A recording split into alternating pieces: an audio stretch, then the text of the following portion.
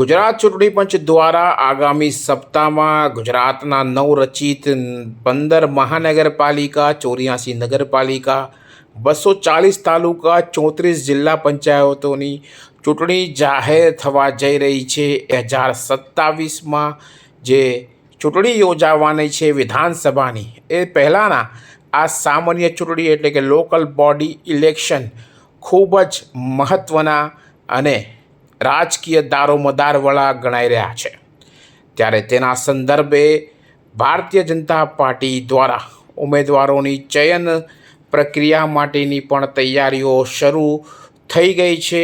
જેના ભાગરૂપે શનિવારના રોજ ભાજપ ગુજરાત પ્રદેશ પ્રમુખ જગદીશ વિશ્વકર્મા, કેન્દ્રીય મંત્રી સી.આર. પાટીલ સહિત ભાજપના સંગઠન મહામંત્રી રત્નાકર સહિત પ્રદેશ મહામંત્રી પ્રશાંત કોરાટની ઉપસ્થિતિમાં તમામ જિલ્લા પ્રભારીઓ, મંત્રીઓ અને પ્રમુખોની એક મહત્ત્વની બેઠક સુરતના સરસાણા પ્લેટિનિયમ ડોમ ખાતે યોજાઈ છે। અને આ બેઠકમાં મહાનગરપાલિકા, જિલ્લા અને તાલુકા પંચાયતો માટેના ઉમેદવારોની પસંદગી માટેની પ્રક્રિયા સાથે આગામી આ પાર્લામેન્ટરી બોર્ડની જે આ બેઠક છે તે ખૂબ મહત્ત્વની ગણાય છે। આગામી બેઠકમાં મહાનગરપાલિકા, જિલ્લા અને તાલુકા પંચાયતો માટે ઉમેદવારી પસંદગીની આ પ્રક્રિયા છે તેની આ ચર્ચા આ બેઠકમાં કરાશે। આ સાથે એક મહિલા આગેવાન કાર્યકર સાથે 3 નિરીક્ષકોની અલગ અલગ પસંદગી થશે। આ નિરીક્ષકોને સોંપાયેલા જિલ્લાઓ, તાલુકાઓની જાણકારી એમના પ્રવાસના આગળના દિવસે સોંપવામાં આવશે। દરેક નિરીક્ષકો સંબંધિત વિસ્તારોમાં તબક્કાવાર રીતે પ્રવાસ કરશે અને નિયત કરેલા સ્તરના કાર્યકરો, આગેવાનોને મળીને દરેકની રજૂઆત, ટિકિટ વાંચવાના દાવા અને ટેકેદારોની વાતને સાંભળીને પોતાનો રિપોર્ટ તૈયાર કરી પ્રદેશ ચૂંટણી સમિતિને સોંપશે। આગામી એપ્રિલના મધ્ય સુધીમાં નિરીક્ષકો પ્રદેશ પાર્લામેન્ટરી બોર્ડની 2 તબક્કામાં બેઠક યોજાવાની છે। આ બેઠક વેળા પણ અલગ અલગ આગેવાનોને સાંભળવામાં આવશે। સૂત્રોના પ્રમાણે હાલ પ્રદેશ મોવડી મંડળે ઉમેદવારોને લઈને કોઈપણ પ્રકારનો નિર્ણય કર્યો નથી। 2021માં ઉમેદવારો માટેની આખરી જે પસંદગી પ્રક્રિયા વખતે જ ક્રાઇટેરિયા જાહેર થયા હતા। હાલ જે અમદાવાદ સહિત મોટી સુરત સહિતની મહાનગરપાલિકાઓ છે એમાં 80થી 85% સિનિયર કોર્પોરેટરની ટિકિટ એક ઝાટકે કપાઈ હતી। એ વખતે જિલ્લા, તાલુકા પાલિકાઓ માટે 2.5 લાખથી વધુ દાવેદારો હતા અને એમાંથી 9,000ની પસંદગી થઈ હતી। ત્યારે આ વખતે પણ રિપિટિશનને લઈને પ્રશ્નો ઊભા થયા છે। ત્યારે નવા ચહેરાઓ અને નવા કાર્યકરોમાંથી કોને આ પદ મળી શકે છે અને ઉમેદવાર તે બની શકે છે તેને લઈને હાલ રાજકીય માહોલમાં ખૂબ જ ચર્ચાઓ ચાલી રહી છે। સુરત ખાતે યોજાનારી આ બેઠક માટે પ્રદેશ પ્રમુખ જગદીશ વિશ્વકર્મા સહિત સંગઠન મહામંત્રી રત્નાકર, પ્રદેશ મહામંત્રી પ્રશાંત કોરાટ, કેન્દ્રીય મંત્રી સી.આર. પાટીલ સહિતના નેતાઓએ હાજરી આપી હતી અને આ બેઠકમાં સિનિયર, જુનિયર સહિત ભાજપના તમામ હોદ્દેદારો ઉપસ્થિત રહ્યા છે। ત્યારે આ બેઠક ખૂબ જ મહત્ત્વની ગણાઈ રહી છે। ખાસ કરીને દક્ષિણ ગુજરાતના રાજકારણની વાત કરીએ તો પણ મહાનગરપાલિકાઓ સહિત નવી મહાનગરપાલિકાઓ,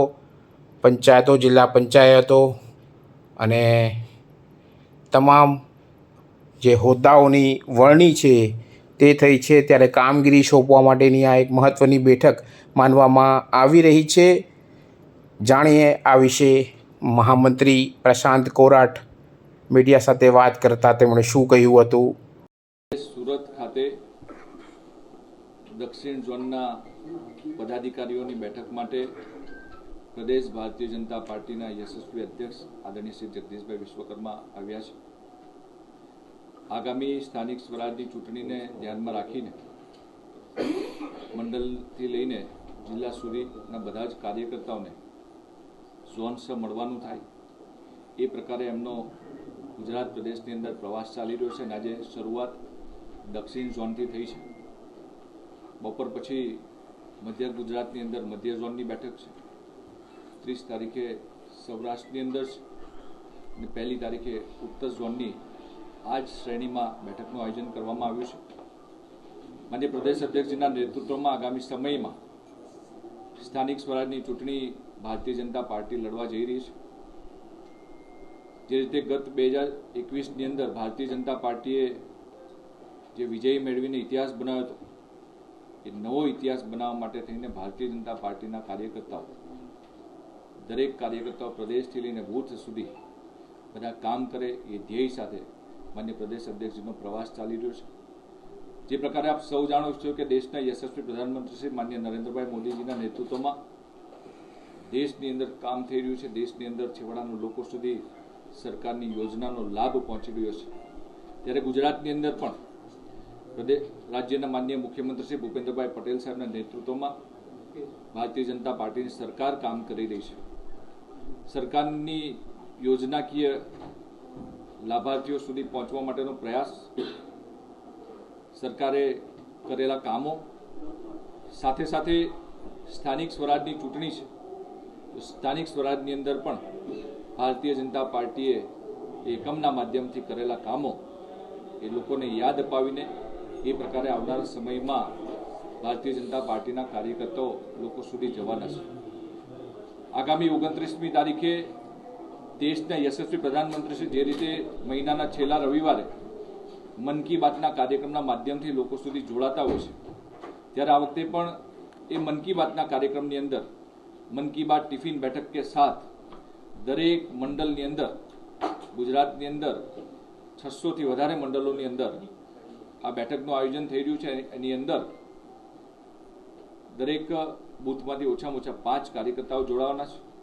અને સાથે સાથે ભારતીય જનતા પાર્ટીનો 6ઠી એપ્રિલે જે સ્થાપના દિવસ છે એના આગલા દિવસે એટલે કે 5મી એપ્રિલે એક મહાસંપર્ક અભિયાનની અંદર દરેક બૂથમાં ભારતીય જનતા પાર્ટીની બૂથ સમિતિના કાર્યકર્તાઓ એ આગામી સ્થાનિક સ્વરાજની ચૂંટણીને લઈને એ લોકો સુધી, જન સુધી પહોંચવા માટેનો પ્રયાસ કરવાના છે, લોકોનો સંપર્ક સાધવાના છે.